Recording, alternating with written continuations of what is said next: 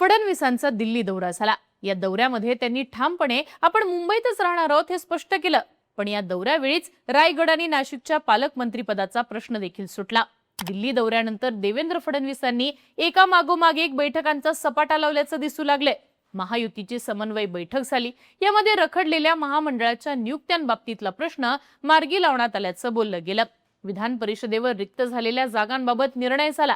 यानंतर सुद्धा बैठका चालूच आहेत आणि फुल स्पीडनं निर्णय घेतले जात आहेत। दुसरीकडे देवेंद्र फडणवीसांची भाजपच्या संसदीय मंडळात नियुक्ती होणार आहे अशी बातमी आली। त्यामुळे केंद्रीय राजकारणात फडणवीसांचं महत्त्व वाढेल ही वस्तुस्थिती आहे। पण असं असलं तरी या समितीकडे असलेल्या प्रमुख अधिकारांपैकी एक अधिकार म्हणजे एखाद्या राज्यात कोणाला मुख्यमंत्री करायचं याचा निर्णय इथे होतो। त्यामुळे मुख्यमंत्र्यांचा समावेश भाजपच्या संसदीय मंडळात नसावा असा अलिखित नियम आहे। तरी देखील फडणवीसांचं नाव आल्याने फडणवीसांनी केंद्रात जाण्यासाठी होकार दिलाय का अशा चर्चा जोरदार सुरू झाल्यात। आणि असं झालं तर मग राज्यातली समीकरणं भाजप नेमकी कशी बसवणार हा देखील प्रश्न आहे। आता या चर्चा का सुरू झालेल्या आहेत? देवेंद्र फडणवीस दिल्ली जात असतील तर मग राज्यातली समीकरणं कशी सोडवली जातील समजून घेऊयात या व्हिडिओतनं। नमस्कार, मी आरती आणि तुम्ही बघताय बोल व्हिडिओ। आता देवेंद्र फडणवीस दिल्लीत जातील की नाही याबाबत आपण अनेकदा बोललेलो आहे। दरवेळी नाही हेच उत्तर अगदी ठामपणे येण्याचं महत्त्वाचं कारण म्हणजे पक्षाचं केडर फडणवीसांवर अवलंबून आहे। फडणवीस नसतील तर असा कोणता नेता आहे जो महाराष्ट्रातनं भाजपला लोकसभा 2029 साली यश मिळवून देऊ शकतो? याचं उत्तर नाही असंच मिळतं। अर्थात यावरचा तोडगा म्हणजे फडणवीसांनी केंद्रात येणं पण राज्यातल्या सत्तेवर नियंत्रण ठेवणं, पक्षाच्या केडरचे निर्णय त्यांनीच घेणं, पॉवर बॅलन्स करून भाजप यातनं मार्ग काढू शकते। सध्याची परिस्थिती मात्र भाजपच्या केंद्रीय मंत्रिमंडळात फडणवीसांसारख्या नेत्याची पोकळी निर्माण झाली आहे आणि हीच गोष्ट विरोधी पक्षात असलेले संजय राऊतांसारखे नेते देखील मान्य करायला लागलेत। त्यामुळे फडणवीसांवर दिल्लीला जाण्याची वेळ आलीच तर राज्यातली समीकरणं काय असतील आणि त्या समीकरणांची शक्यता नेमकी किती असेल हे आपण समजून घेऊयात। जर फडणवीस केंद्रात जात असतील तर मुख्यमंत्री पदावर एकनाथ शिंदे विराजमान होतील का हा मुख्य प्रश्न आहे। सध्याच्या परिस्थितीत एकनाथ शिंदे पॉवरफुल आहेत। जरी राज्यामध्ये शिंदेंची गरज भाजपला नसली तरी केंद्रात निश्चित आहे।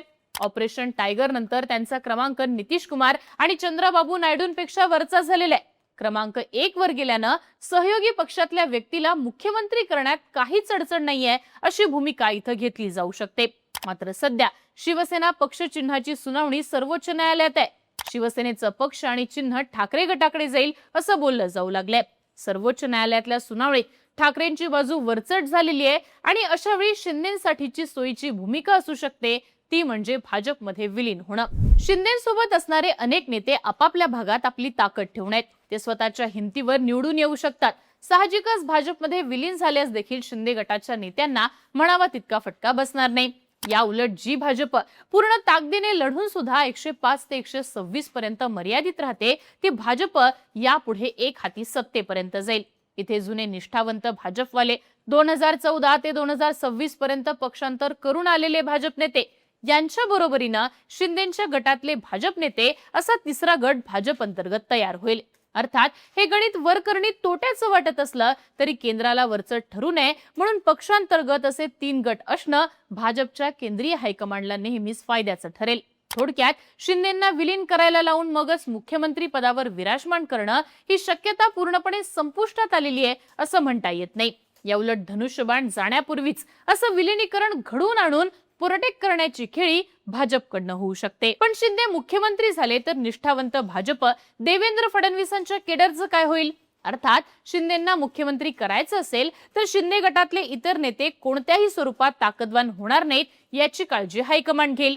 त्यासाठी भाजपच्या नेत्यांचं फडणवीसांच्या मर्जीतल्या नेत्यांचं सुपर कॅबिनेट होईल, ज्यामध्ये भाजपच्या या जुन्या जाणत्या नेत्यांकडे अर्थ, महसूल यांसहित गृह मंत्रालयाची जबाबदारी जाईल।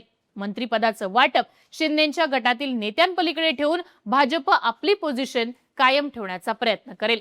अर्थात फडणवीस दिल्लीला जात असतील तर शिंदे सीएम होणारच नाहीत असं म्हणता येत नाही। आता येतो दुसरा मुद्दा। भाजपने शिंदेंना विलीन करून घेण्याची रिस्क घेतली नाही, त्या उलट आपल्याच पक्षातनं सीएम पदावर नाव निवडलं तर ते कोण असतील? 2 मराठा उपमुख्यमंत्री म्हणून मुख्यमंत्री पदावर ओबीसी चेहरा देण्याचा प्रयत्न होईल असं बोललं जात होतं।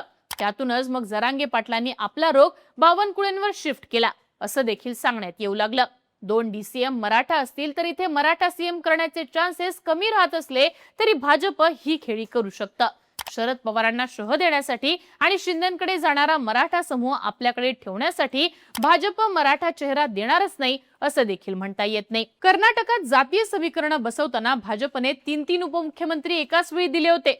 महाराष्ट्रात देखील आपल्या पक्षातनं 1 सीएम आणि 1 DCM करण्याची खेळी भाजप खेळू शकतं, ज्यामुळे राज्याला 3 DCM मिळतील.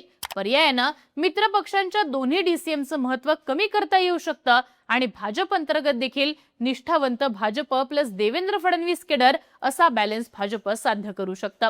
भाजपने यापूर्वी देखील हे केलेले आहे. एखाद्या पदाचं महत्व कमी करण्यासाठी एकाच पदावर अनेकांची नियुक्ती करणं ही भाजपची जुनी कार्यपद्धत आहे. आता देखील 2 उपमुख्यमंत्री देण्याचं श्रेय भाजपकडे जातं. समीकरणं बदलली तर ते 3ही करू शकतात हे मात्र नक्की. पण हे कधी, जेव्हा एकनाथ शिंदेंना हात देऊन वर न घेता भाजपला केडर वाढवण्याचं काम करायचं असेल तेव्हा. अशा वेळी भाजप आपलाच मुख्यमंत्री देईल आणि 3रा उपमुख्यमंत्री देण्याचं देखील काम करेल. तरी देखील महत्वाचा मुद्दा राहतो तो म्हणजे फडणवीस नसतील तर मग कोण. या ठिकाणचा पहिला निकष असेल तो म्हणजे येणारा व्यक्ती देवेंद्र फडणवीसांच्या मर्जीतला असेल. विलासरावांनी पदावरनं दूर जाताना अशोक चव्हाणांचं नाव सुचवलं. पर्यायानं नारायण राणे बॅकफुटला गेले. शरद पवार दिल्लीला गेले तेव्हा त्यांनी शंकररावांची वर्णी लावली. असंच काहीसं फडणवीस करतील. दिल्लीची ऑफर फडणवीसांनी स्वीकारलीच असेल तर फडणवीस राज्यामध्ये आपल्याच मर्जीतला मुख्यमंत्री असावा यावर जोर देतील. फडणवीस दिल्लीला गेलेच तर ते भाजपच्या संसदीय मंडळात देखील असतील, त्यामुळे अधिकृतपणे त्यांची मर्जी महत्वाची ठरेल. अशा वेळी फडणवीस कोणाचं नाव पुढे करतात आणि ती व्यक्ती कितपत फडणवीसांच्या मर्जीत राहते हे देखील पाहणं महत्वाचं ठरेल. कारण यापूर्वीच्या इतिहासात ना शंकरराव चव्हाण पवारांना जुमानले ना अशोक चव्हाण विलासरावांना जुमानले. हा इतिहास आहे. पण सध्याच्या परिस्थितीत तरी फडणवीसांचा कौल असणं भाजपच्या संभाव्य मुख्यमंत्र्यांसाठी महत्वाचं ठरेल. आता यामध्ये दुसरा फॅक्टर असेल तो म्हणजे केंद्राची मर्जी असणारा नेता. भाजपच्या केडरमधनं येणारं आणि केंद्रासोबत देवेंद्र फडणवीसांसोबत स्वतःचे हितसंबंध ठेवून असणारा नेता भाजप मुख्यमंत्री पदावर विराजमान करू शकतो. विशेष म्हणजे ज्या नेत्यांचे अमित शहांसोबत देखील तितकेच चांगले संबंध असतील अशा नेत्याची वर्णी इथे लागू शकेल. असं असलं तरी तो नेता महाराष्ट्राच्या कानाकोपऱ्यात पोहोचलेला असावा. पक्षाचं केडर त्यांच्या कंट्रोलमध्ये असावं असे निकष महत्वाचे ठरणार नाहीत. कारण एकनाथ शिंदे मुख्यमंत्री होण्यापूर्वी ठाण्यापुरतेच मर्यादित होते. जास्तीत जास्त त्यांचं शिवसेनेत महत्व होतं. क्रमांक 1च्या खुर्चीवर विराजमान झालं की साध्यातला साधा नेता देखील तयार होतो. हा इतिहास या खुर्चीचा राहिलेला आहे. त्यामुळे नेमकं काय होतं हे पाहणं इंटरेस्टिंग असणार आहे. ही चर्चा फक्त देवेंद्र फडणवीसांना अस्थिर करण्यासाठी चालू आहे की खरंच धमाका होणार हे मात्र लवकरच लक्षात येईल. एकदा का संसदीय मंडळ आणि केंद्रीय मंत्रिमंडळाचा विस्तार झाला आणि तिथं देवेंद्र फडणवीस नसतील तर मात्र 2029 पर्यंत फडणवीसांच्या दिल्लीच्या चर्चांना ब्रेक लागेल हे मात्र नक्की.